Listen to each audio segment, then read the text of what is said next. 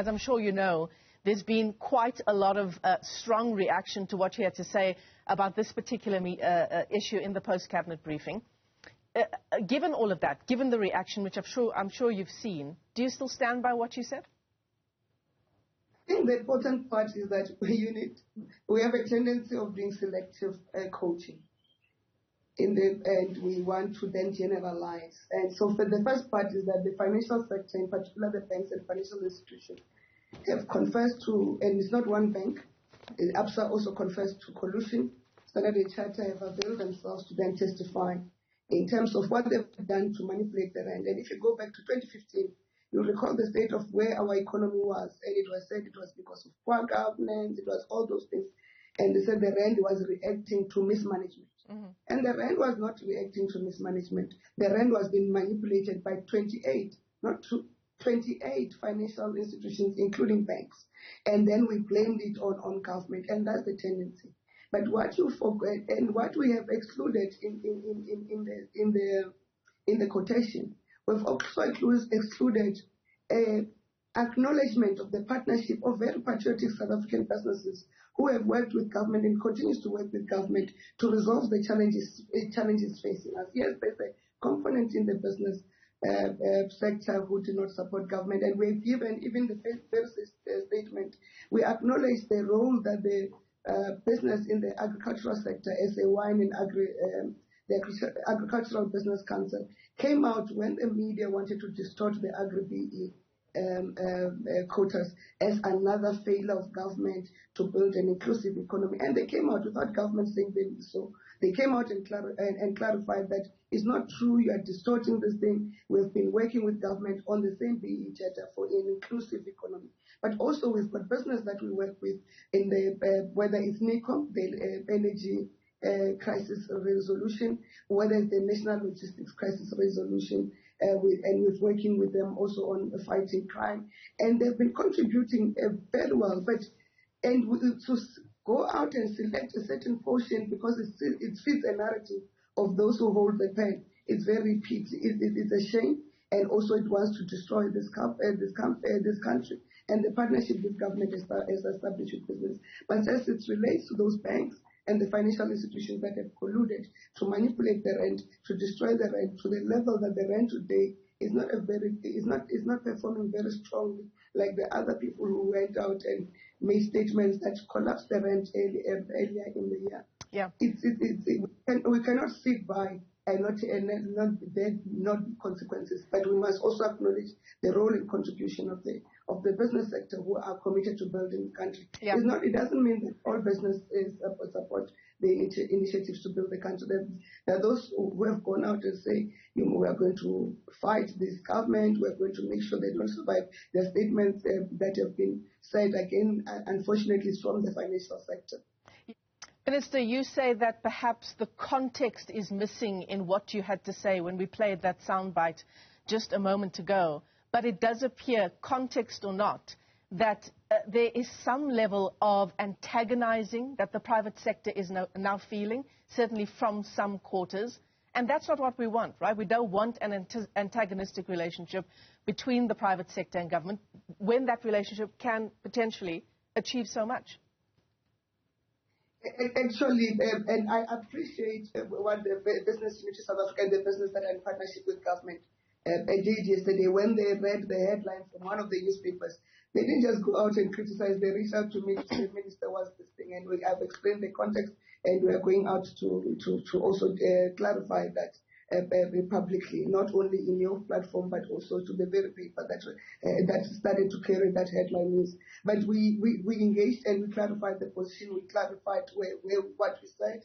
And because it's that relationship, because the tendency of wanting to generalize, and unfortunately, it falls in a particular media grouping that has decided that they are going to distort whatever to make sure that the government is seen as anti or anti-business.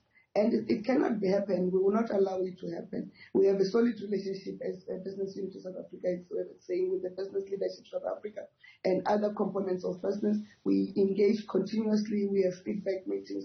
I participate in the communication stream that we work together to make sure we have similar messaging across the country and internationally.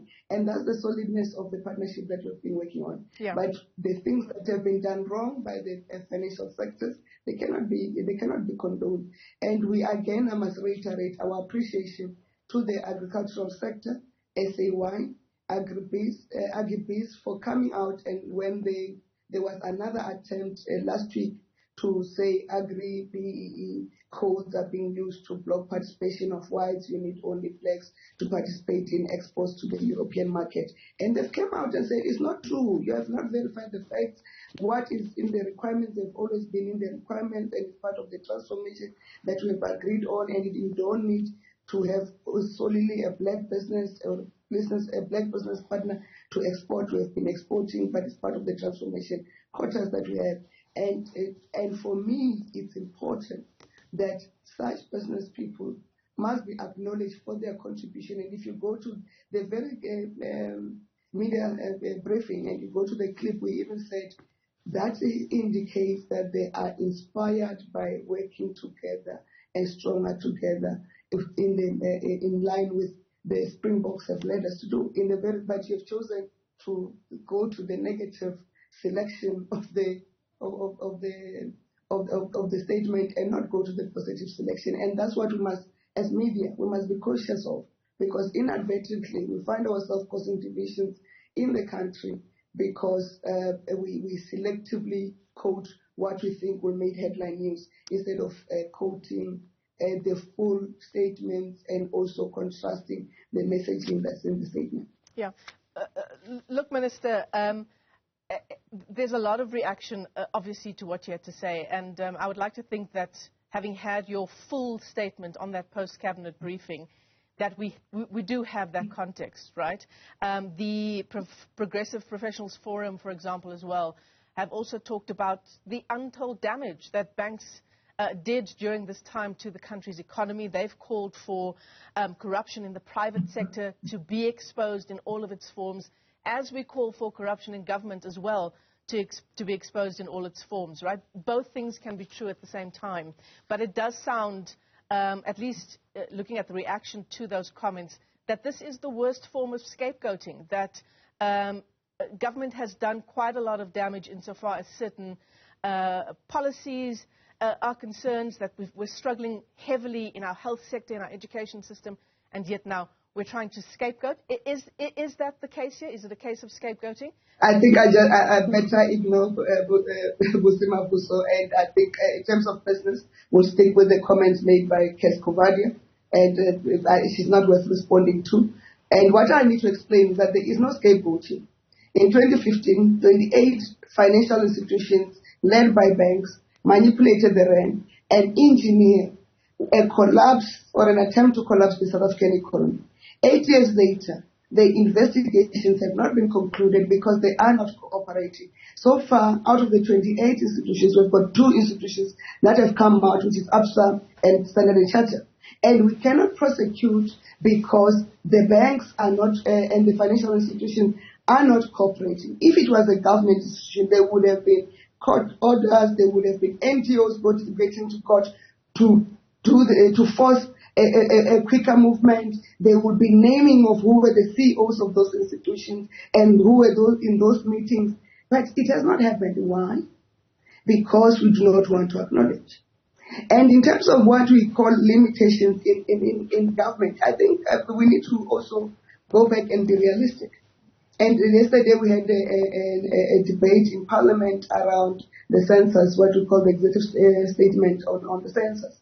And we're implicating that in 1990s, compared to South Africa of 1994, 1996, and 1990 to South Africa of 2022, for the majority of the poor, South Africa is a better place. And it's better because there's been improvement in access to healthcare. Even with the load shedding, everybody has access to electricity. And we have government has gone from 1990, from early 2000, we have accepted that if we had heeded the call from ESCOM when they said invest in the infrastructure, we would have not been in the position that we are in. But we can't reverse the hand of time.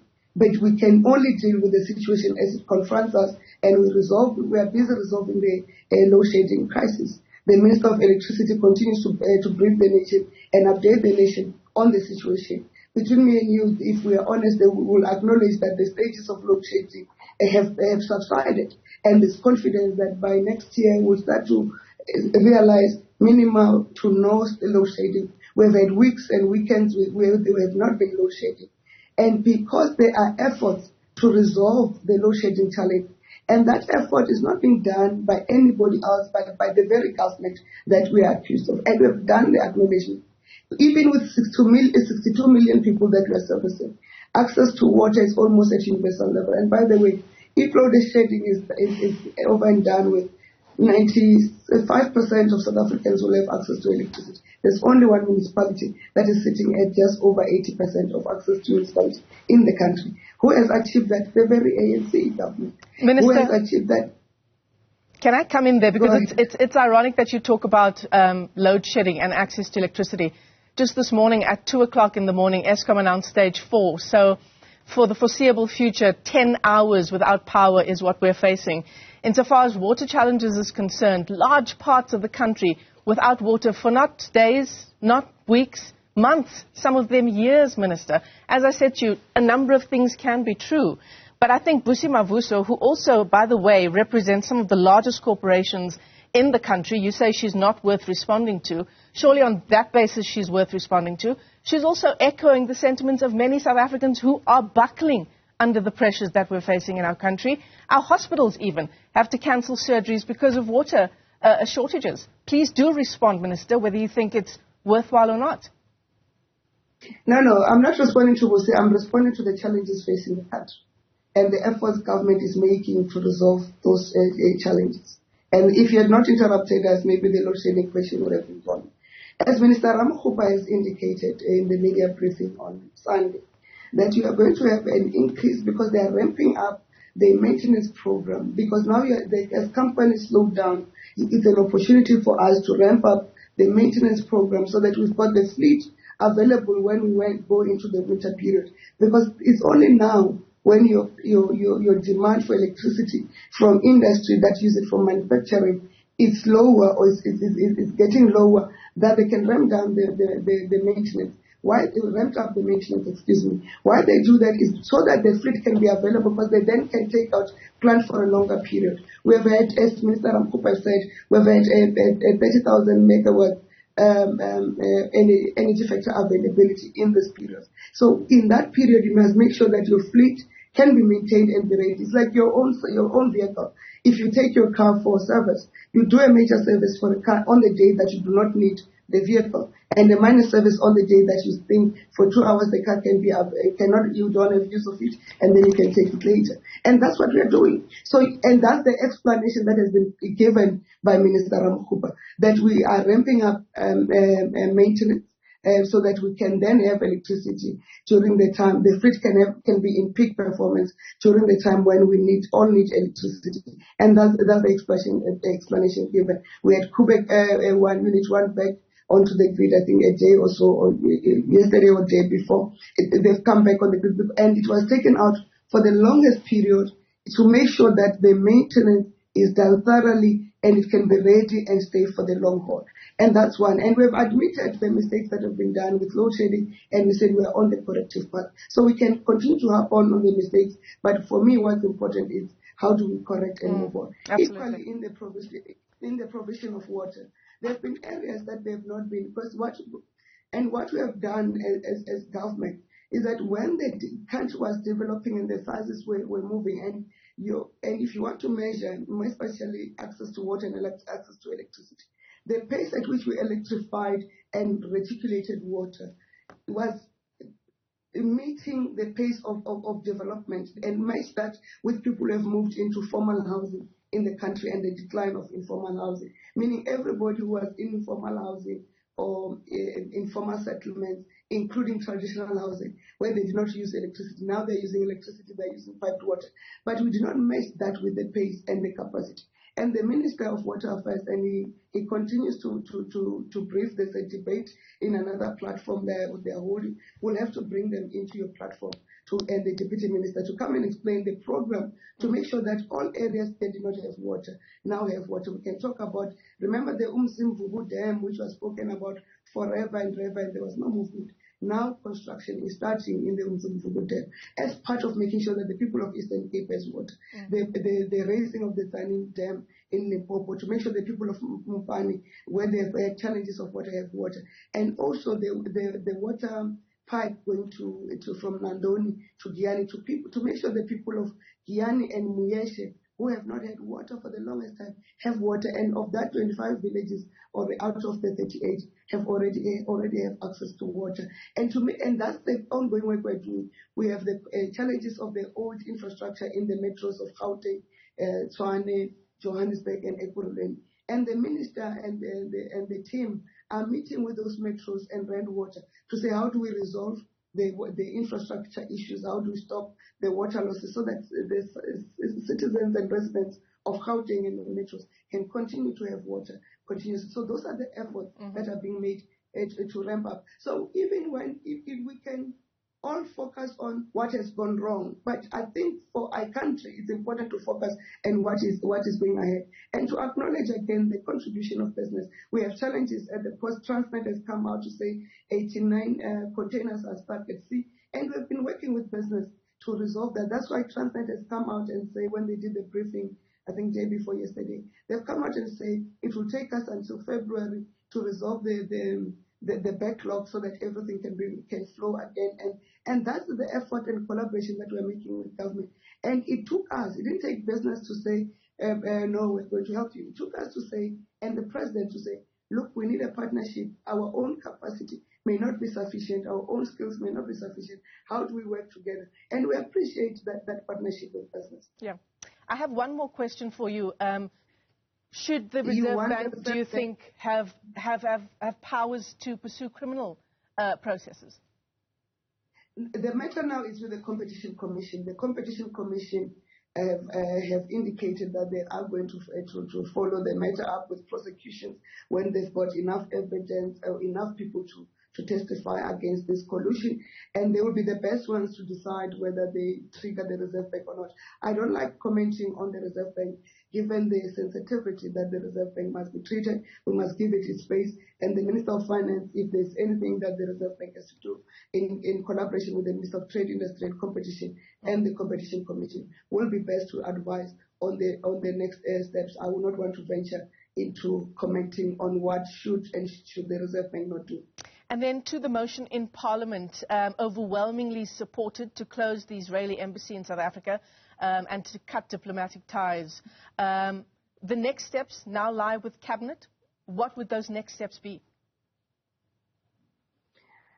I'm sure you know of the separation of powers doctrine. So Parliament has expressed a view which provides guidance. Cabinet, as the responsible authority to take those decisions, will have to discuss and weigh its options and decide. And that's where we are. We have not discussed it at Cabinet. The motion was tabled and voted through yesterday, and we'll have to have a discussion in Cabinet in due course, consider all factors and that are at play and that are important, and then we'll make a Cabinet announcement on what is the position and posture of Cabinet. Khumbudzo Ntshavheni, Minister in the Presidency, thanks very much indeed for joining us this morning.